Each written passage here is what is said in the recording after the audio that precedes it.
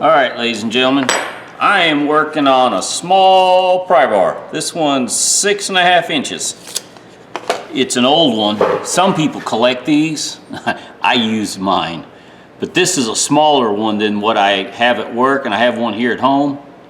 I use these, case molding, K-molding, prying off just about everything. These are very, very little handy tools. I don't know if they still make these, but this is from Duluth, Diamond Horseshoe Company, I believe. Says diamond there, but I can't read the rest, the wording. So what I'm gonna do with this one is I'm gonna take it on the wire wheel, clean it up real good, and then blue it. That's all I'm gonna do to it. Blue it and then oil it. Reason being is I'm gonna use this one. It's not a piece of art. I'm not taking the dents and dings out of it. I have a very good use for this, so I'm gonna use this thing. It's in mint condition. Doesn't look like anybody's ever used it. The foot are great on it. Man, they're just, the pry part is great. It's got some dings on this end. I bought this through an estate sale, and I think I got less than $1 in this. Somewhere between $0.25 and 50 cents. So for me, this is a great find. There again, my channel is all about bringing old tools back to a usable condition. This is usable as it is, but I want it nice and clean. The facility I work at, all my tools have to be in pretty good condition and pretty clean. You just can't, there's some areas that are restricted, and you have to have pretty much sanitized. But most where I would use this is pretty much for remodeling, tearing things apart. Doesn't matter. This thing's going to be nice. It's going to be a nice addition to my tools. But yeah, let's get after it and put it on the wire wheel, see what we get.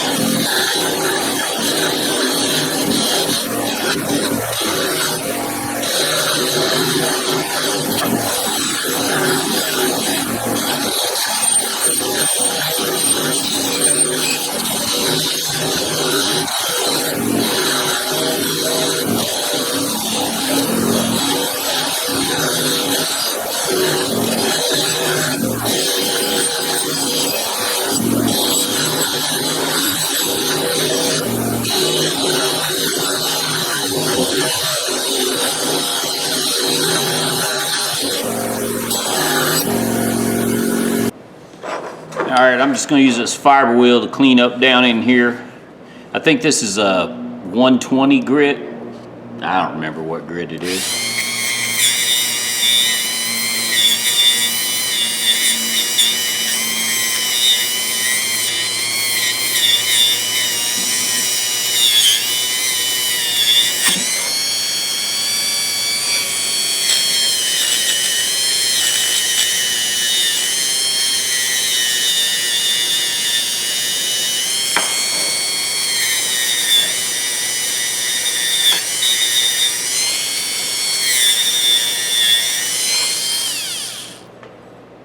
Looks pretty good.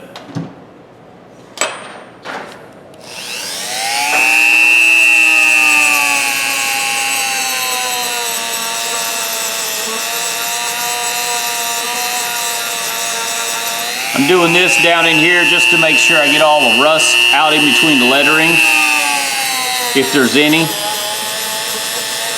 Don't think it's a problem, but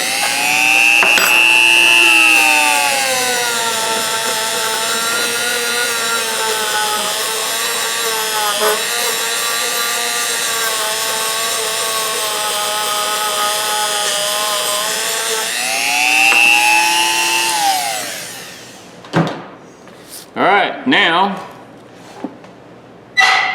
Hang on, I gotta get some more clean. I need a clean towel. All right, I'm gonna get ready to blue this. But before I blue it, I'm gonna clean it. And I'm using carb cleaner. You can use denatured alcohol. You use just about anything you want. But I use carb cleaner because it dries so, it dries so good.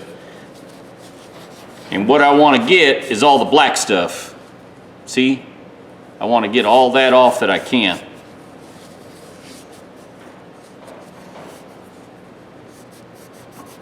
And carburetor cleaner evaporates. Denatured alcohol is, I think, what some other people recommend when you clean your bluing, anything you want to blue with.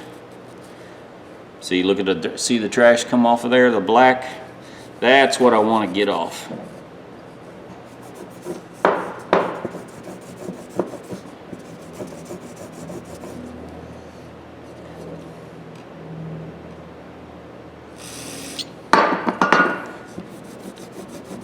Yeah.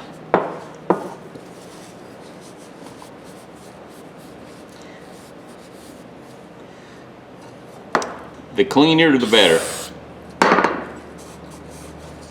Yeah, see the little spikes of dirt? I knew there'd be something in there.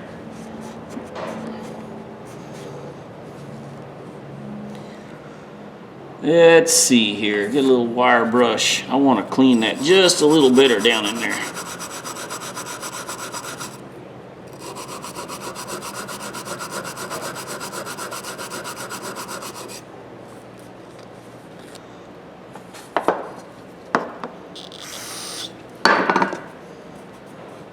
Yeah, see, I'm still getting trash.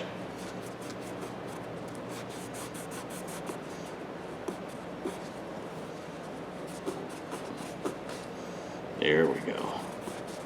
Getting better. If the cleaner it is, the better the bluing takes.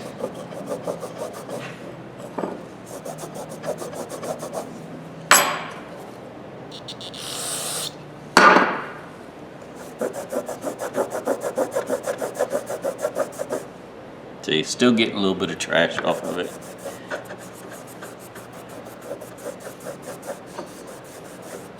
I think it's just because this metal has a lot of you can see the casting marks on it.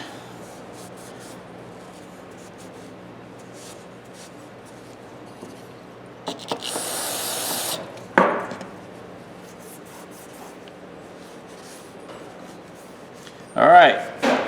Let me get my bluing stuff ready and then come back to it. It is recommended you wear gloves so you don't get your fingerprints or oils, but I've got carburetor cleaner all over my fingertips and pretty much dried out the oil, so I'm not really worried much about it.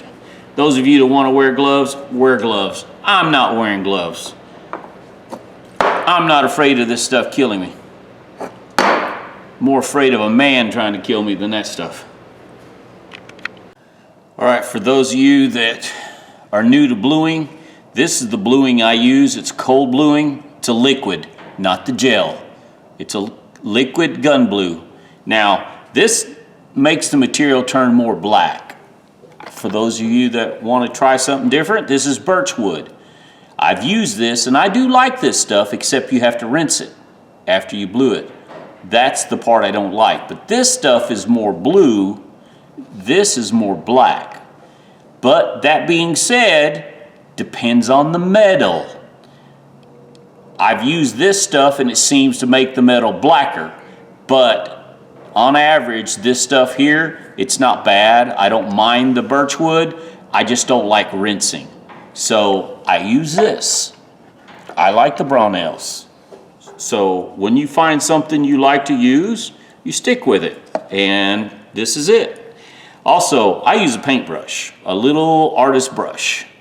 When bluing, you can use cotton swab, an ear swab, whatever. The problem I have with that is it absorbs so much of the material you waste a lot. I can control how I want to apply this with a brush. I can contain it into a small area where a cotton swab will over swipe, will get over the edge, and then if I don't want this side blued, it'll blue it. So that's the reason I use this. Now look at the color. Look how it takes the color. Oh, this is gonna be nice. Look at this. You can instantly see it darkening. I can tell you right now, just from experience, this won't need another coat. One coat's all I'll need on this. Unless I miss a spot, of course. That's me screwing up if I do that, though.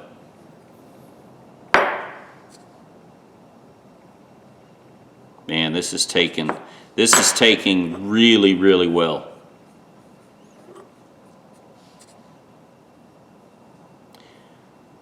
Someone asked me to make a bluing video, so I'll probably use this as the bluing video. This is something you can do anywhere. You can do this in your home. It's not, the carburetor cleaner is toxic, but if you want to use naphtha or denatured alcohol,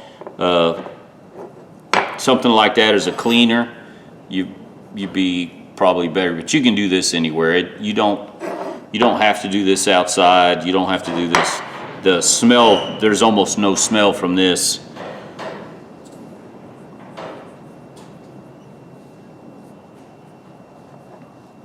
Turned it black pretty quick. Turned it real black real quick. Now normally what I do, like the instructions say, let it set for 60 seconds and then wipe dry. It wants you to wipe dry in one pass. Kind of hard to do on some materials. Some items you can't wipe dry in one pass. It's not going to work.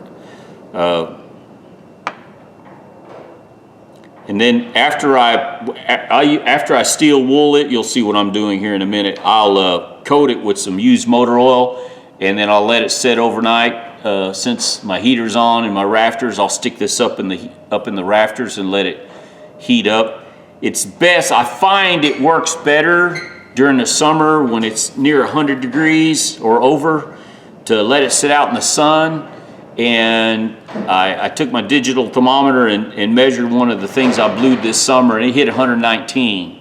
And it sat there in the sun for hours, and the oil absorbed or evaporated. I think it evaporated. I think the oil gives it a chemical reaction to the bluing, and it makes it darker. But I'm just taking an old dirty towel. I'm just wiping it off. Oh yeah. See, in one pass, it's kind of hard to do when you got little nooks and crannies.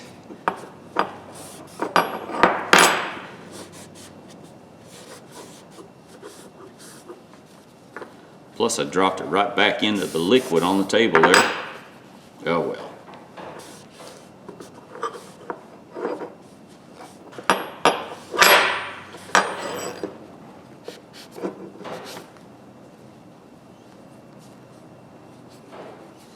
Make sure I get down in the crevice here.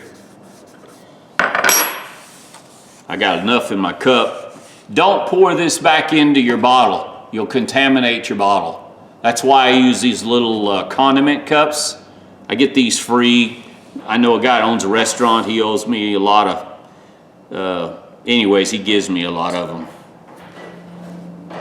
But, oh, look at there. I missed a spot. God darn it. Well, here. Watch. You guys can see. It's good for the video. Did I miss a spot there? I don't think so.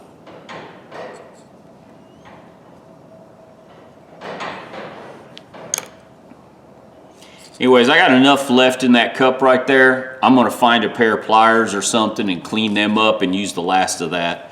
I don't want to waste it. And usually before I use the brush, I clean it off with carburetor cleaner, let it set for several minutes, let it dry out, and then it's good to go. I reuse the brush over and over. I have that brush. This brush is set up with my bluing stuff because I know which one I use. I have a brush set up for grease and another brush set up with some oil, and then I have a brush for this carb cleaner, or for this bluing, I mean, excuse me. That's it. Now, here comes the easy work.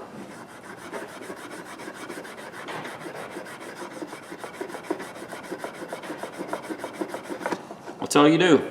There. Looks, see how faded? I say faded, looks flat, like a flat paint. And then when you polish it a little bit,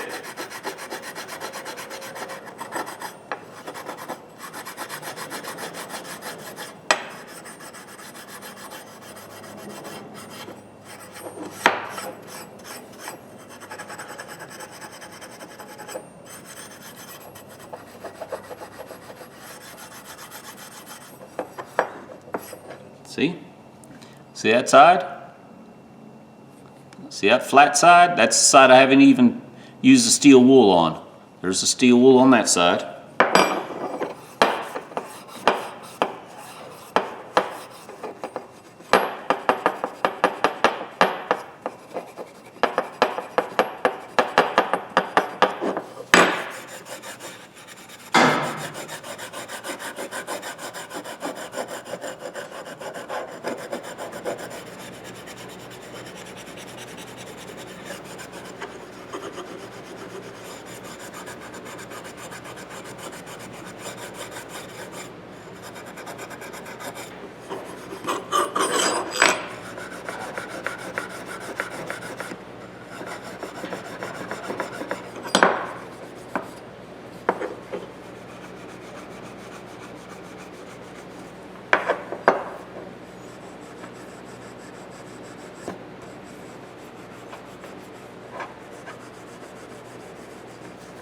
All right, now on the waffled side, what I'm going to use there is a brass brush.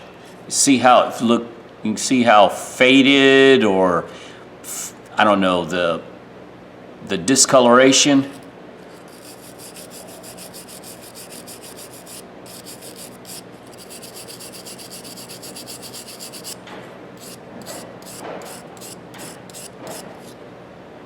See? That's it. Doesn't take much. And I wouldn't use a brass brush too much. I have used brass brush on knurling and like on lettering and stuff, but what it does is it'll take some of the bluing off if you're not careful. But you can use lightly with a brass brush, and that's what you get right there. It doesn't look bad at all. It works really well.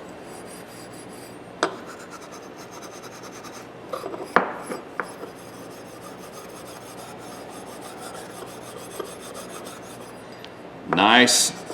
I'm going to have a really nice usable tool here. Nothing super fancy. It's not going to be, you know, this probably looks about the same as it did come from the factory, because I think these were painted black from the factory. All right, now, see, it's all rubbed down with steel wool. See the color? It's all pretty even. There's not really much. You can see the indentation in the metal. The knurling's in real good shape. You can see the rough casting marks across the back. More than likely when this was cast, this was the bottom side. It was laying in the cast like that. Junior crate opener. CR point opener. Diamond. So this was the junior. This was a little bitty one. I like this. This is cool. Okay, now, if you haven't told you guys, these little bottle pours like these little ketchup and mustard squirters, you get at a Dollar Tree for like $1.25. Buy these things. These things are awesome. Most cans that you get liquid in, they don't pour out. I'll show you what I mean. I got this denatured alcohol right here. It's got one of these type of can lid. They don't pour out. you got to pour it in a cup or on a rag or something. So pour these into something like this and you can control your pour. Anyways, that's enough. Let's coat this with some oil.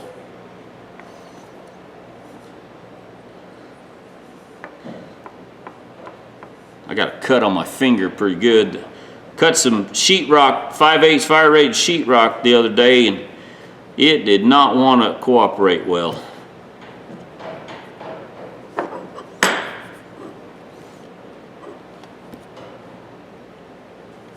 Those of you that ever cut 1/2-inch sheetrock, yeah, you know you're really working when you're cutting 5/8 fire rated sheetrock. And you really know you're cutting sheetrock when it's lead lined. That sucks. All right. Now, I'm just gonna set it like this. I'm gonna set it upside down probably, or stand it up on one end, probably like that. And then a little paper towel and just set it on the rafter. The rafter area up there, I got my heater set at 81. Yes, I hate cold weather. Anybody makes a comment, I hate cold weather. My shop is very comfortable. Up there in the rafters is probably close. It's got to be up in the upper 80s up there. So I'm gonna set it up there overnight, let it, hopefully it'll evaporate. What I really need to do is find a toaster oven that I control, that has a thermostat control. If I can set it around 100, 105, and then let it sit for several hours, I think it would work better. But you'll see it'll blacken. All right, we'll be back at this tomorrow. All right, ladies and gentlemen, I've got so much to do this week, so I took it down. It's only been sitting 6.5 hours. So the oil that's on it, I'm wiping off.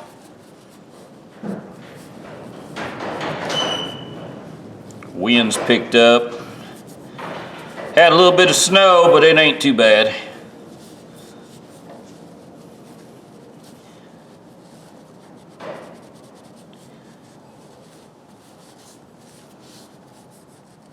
This looks nice. Look at there, ladies and gentlemen. Look at that. The waste oil just makes it look darker. You gotta like this thing. Let's see if you can read the diamond. I don't know when they quit making these. There's Duluth Tool Company, or Duluth Diamond Horseshoe is from Duluth, Minnesota. Yeah. And it's really good shape. It's got a little bit of damage right there, but I don't care. This is going to work with me. Actually, one of the reasons I want to take this to work with me tomorrow. I'm going to go ahead and start using it tomorrow. I got some Cahove base and some trim to knock loose, so this will come in really handy. All right, ladies and gentlemen, tell me what you think. Cheap little tool. It's probably 100 years old, maybe even older than that. I don't know when they quit making these. But it's a crate tool. It's a junior. I personally have never seen one like this size. I've seen the bigger ones, and I've got a couple of bigger ones. But yeah, this is nice. Well, give me thumbs up, thumbs down, subscribe if you like. I bring old junk tools back to a usable condition, and I think I got a really good usable tool right here. I think it's worth 25 cents or 50 cents or whatever I got in it. It looks really nice. All right, guys, y'all have a good day.